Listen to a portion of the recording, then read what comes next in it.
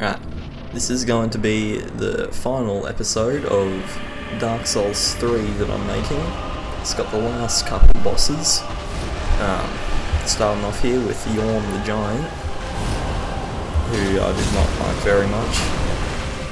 This boss is pretty bad, to be honest.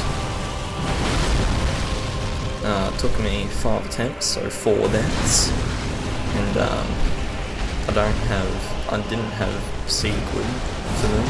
I didn't know you could get it at the time. But obviously, in my first attempt, I walked in there with a normal sword and just tried to kill him normally, and it didn't work. I got like a quarter of his health down because I was just amazing that day, I guess, and was dodging every attack. But on my second attempt, I found the Storm Ruler, so I spent a while just trying to hit him normally with the Storm Ruler, and then on my third attempt, I figured out that you had to use the weapon art, but I died. On the fourth attempt, using the weapon art, I died, and then fifth attempt, I killed him. Just a real issue with this fight is that it takes way too long to charge up the Storm Ruler. That's probably gonna just destroy your ears with that one. But after you beat Yorm, you don't even get a chance to do anything, and it throws you into a cutscene, and then straight into the Dancer fight. And I mean, the Dancer was a really good boss, definitely top couple in the series, but also pretty hard. And I had I don't know, maybe 70,000 souls after killing Yorm, and this made Dancer the most stressful fight ever. As you can see, I'm just ignoring the Dancer and going straight for my souls. And, 60,000 souls. But I was full on panicking. And then I had to spend a while trying to figure out how to even get back to the Dancer fight. But, as I was saying before, this is another one of the best fights in this game. Probably, I don't know, third best I would say, after Pontiff Sullivan and the Abyss Watchers. Very fun, decently challenging, but I just think it was a really bad idea to put it straight after Yorm. That was just a cruel prank. But FromSoft is kind of known for doing that. This is the first one that I've really fallen for. There's probably been a couple others, but this is the one that I remember.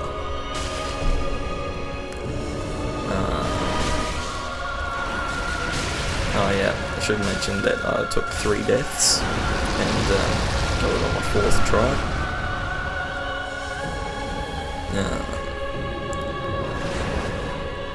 Also, I do like the visual design of this boss as well, with the dual wielding swords, and similar to Pontiff, with one that's fiery and red and one that's blue and more cold looking. And I think they had a boss like that in Elden Ring DLC as well. Still haven't gone around to playing it, but I'll probably do it eventually. Anyway, Dancer's dead. And next boss is Dragon Slayer Armor, which definitely above average fight. Not the best of the best, but still really good. Took 4 deaths, so got a 5th attempt.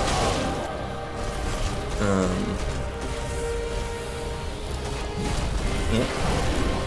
So this boss here which I thought was interesting.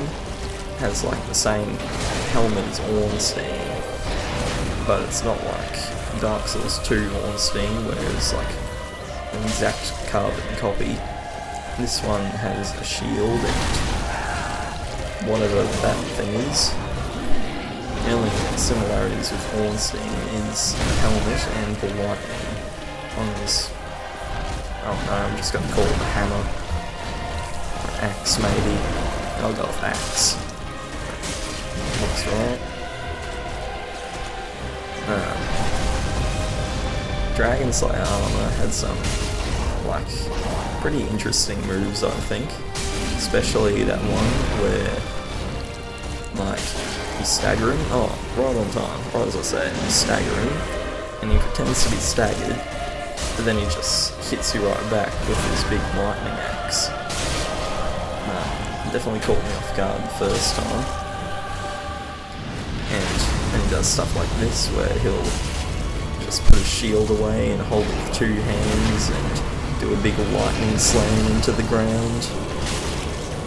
He also uses his shield for attacks, not just for defense. Yeah, I definitely think this boss was good. But the only real negative I can see is these stupid moths or butterflies or whatever they are up there. Dragons, maybe? I thought they were butterflies the first time, but like, now they kind of look more like skeleton dragons. I don't know. Yeah, I don't like them. They did stupid range things and doing them now. That just really annoyed me. Definitely took the fight down a notch, if you ask me. Especially since after you kill the boss, they just shoot all of their attacks at you. That was stupid. But if it didn't have that, it'd be a very solid boss fight, which I think it still is. But anyway, we have the Twin Princes here. Yeah, not a massive fan of this fight. Especially this attack that the big one here that I'm fighting does, where he'll like teleport and then do a big slam into the ground and like shoot out a beam of white light. That attack killed me like probably 6 or 7 out of my 9 attempts, or my 8 deaths. Yeah, 6 sounds right. 6 deaths out of 8 were just from this attack that he's doing right now. I couldn't get the timing down for some reason. That just really annoyed me. Because apart from that, the moves are very intuitive to dodge, and it would be a really fun fight. But that move just killed me so many times. It was just annoying me so much. And on like attempt 3 or something, I made it to the second phase and died instantly from the magic.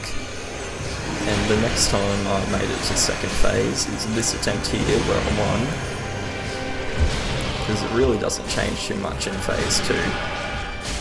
I think the big one gets less health than it did before, and it gets the small one on its back, which like very, very occasionally shoots out magic.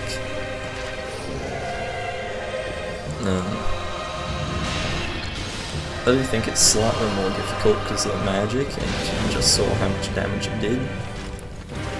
But I think apart from that, the big one only gets like maybe 2 new moves.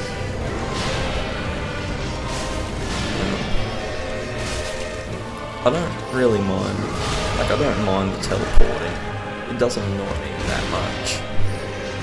It's like a little gimmick, but once you get the timing down for it, it's pretty easy to dodge, and you can do it pretty consistently.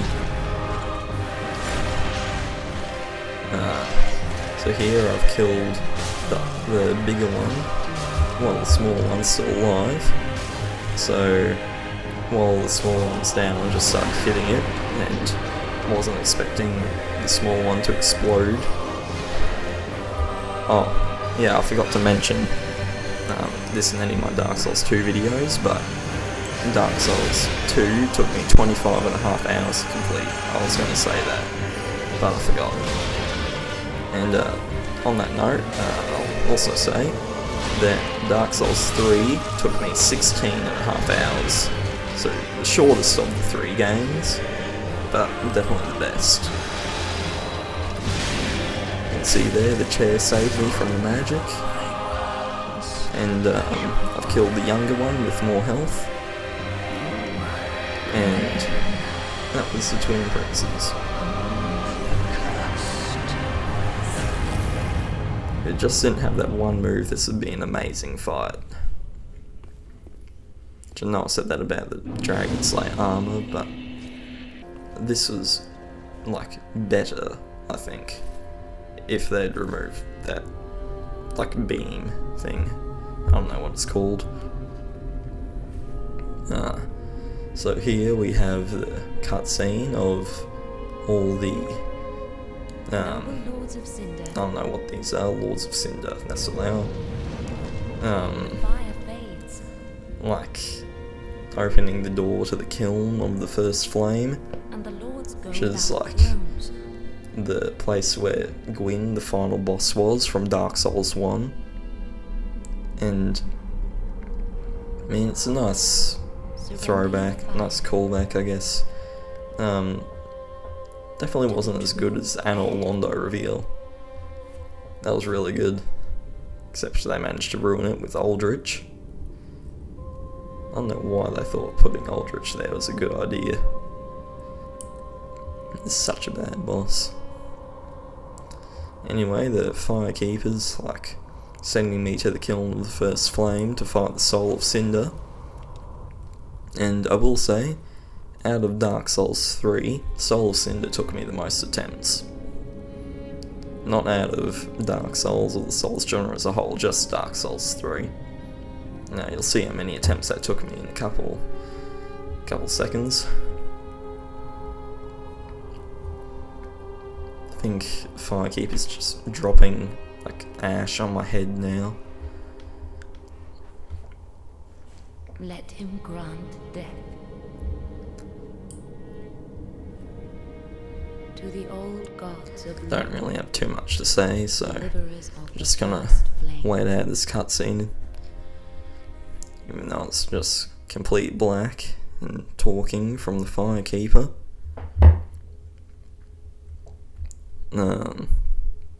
What else can I talk about? Alright, looks like it's loaded. Kiln of the first flame. Yeah, alright. Now on to the Soul of Cinder fight. As you can see, it took me 17 attempts, so 16 deaths. And, like, I'm kind of mixed with the Soul of Cinder. Because, like, he's really cool for, like, a few tries until you're on your 15th try and he's still using new moves that you haven't seen. Like, it just has such a deep move pool that, like, I'm assuming most people would never even see half of, if I'm being honest. Most people would get through this way quicker than I did.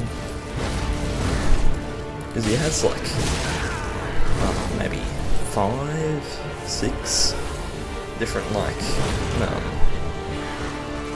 almost forms or phases that he can take in the first phase of the fight. He has, I think, 2 caster ones and 3 or 4 melee ones. And, like, he has a completely different moveset for each of them. And each of them has, like, a full normal boss moveset, if not more moves than a normal boss. So, like, this boss just has a crazy amount of moves. Also, his sorcerer one has a couple where, like, it's impossible to dodge because he'll do magic and then do the magic sword. He'll, like, shoot out some magic and then use the magic sword at, like, times where, like, you can't dodge both of them, you have to get hit by at least one. Because they'll do them back to back before you can recover to do another dodge. And you don't get enough iframes for both. And I think I actually beat his first phase on my first try, which I was kind of like, that was anticlimactic. Then I beat it, and then it just gets up and like becomes Gwyn, which I was not expecting at all. It was a very cool reveal. With the amount of attempts that it took me afterwards, maybe it was a bad reveal. It's taken me so many attempts that I'd only ember if I beat the first phase of the fight. And like, you'll see in a minute here how close this fight was. Like, this was incredibly close. I wouldn't have survived without the ember. I would have lost easily. But now it goes like back to the Gwyn, I don't know, like a remix of the Gwyn music. And he starts using Gwyn's moves, plus a few more I think. But generally, like, all the moves still have that same style, even though they might be different to what they actually were in Dark Souls 1. I also think it's kind of strange that he does this fake stagger, where he'll like kneel down on the ground, but he won't actually be staggered. You can't post him, he just like kneels down for a second or two. This combo there that he's doing right now, I cannot tell you how many runs ended to that. Just getting caught by the first one. No, if you get caught by any move in that combo, you have to suffer through every move. And like, without an ember, it's almost a one shot, I think, if memory serves me correctly. This happened like 3 weeks ago from when I'm recording this audio. As you can see here, I've gotten down to 0 Estus and this much health left. And look at that. I didn't die, I survived with that much health beating the final boss. That is a picture perfect finish. Alright. I'll see you in the next one.